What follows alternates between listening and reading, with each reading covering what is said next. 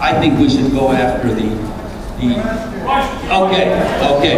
Are you going to push for trying to get money from other areas other than signing on for this astronomically priced plan, such as crossing state lines? well, yeah, that's one. That would certainly save money. But how about tort reform?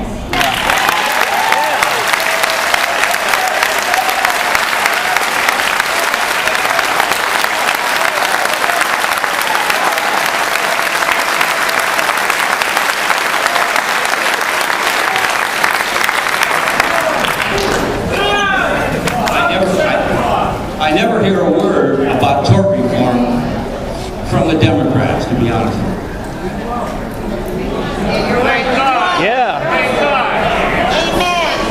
Thank you for the question. On the 47 million, that is a number at any given point in time. You described the transitory nature of that number. Some are between jobs. I told you a minute ago, a large portion of them are people who could have health insurance, they choose not to. So I don't think anybody disputes what you're saying. You're saying that we shouldn't worry about those people. I mean, they are by definition uninsured, right?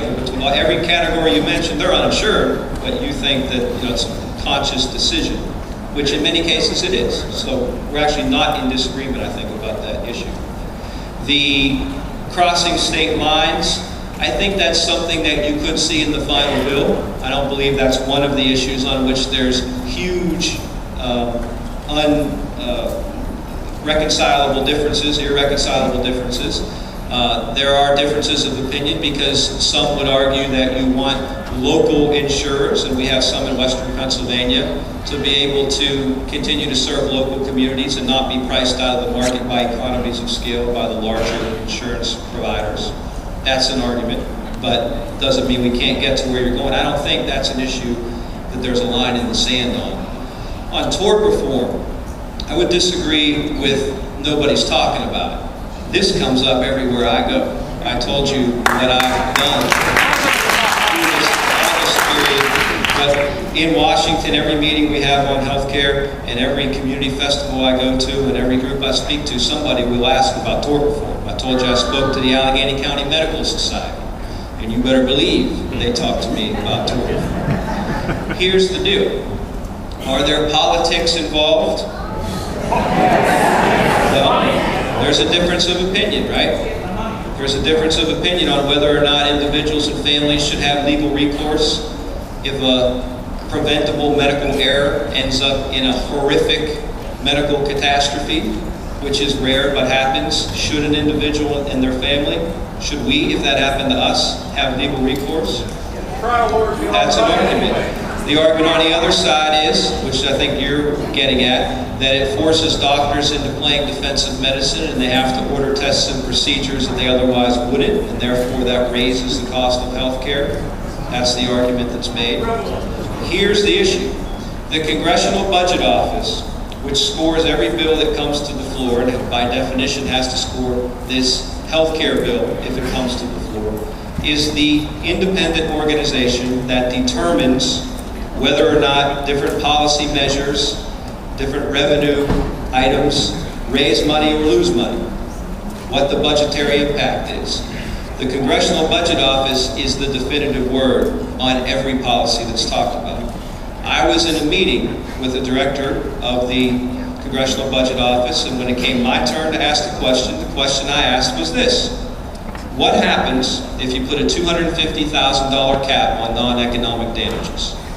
What's the budgetary impact of that? Because I hear about it everywhere. It's because people just like you ask me. So I wanted to get his opinion. His opinion, and he gets tremendous pushback from a lot of people on this, but this is where the CBO is, and they're the ones that score the bill, is it will, without question, lower premiums for physicians. Some physicians in this country, the OBGYNs, the orthopedic surgeons, the neurosurgeons, the people that are on the tip of the spear when it comes to this issue, some of them pay over $100,000 out of their own pocket for their malpractice insurance. And it goes up double digits. That's unsustainable. It's ridiculous. He thinks that if you do the cap, those premiums will come down. However, the CBO does not believe you will achieve budgetary savings if you do the cap. And you're going to argue, you may disagree. There are a lot in Congress that disagree.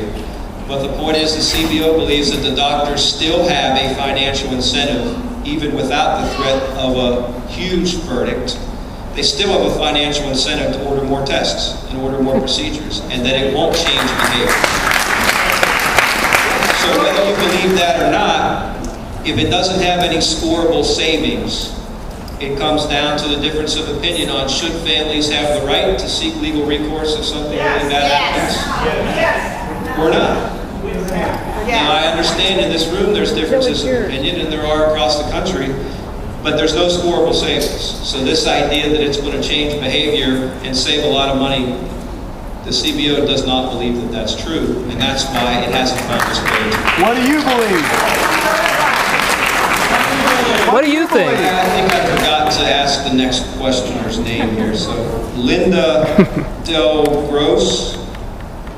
Linda.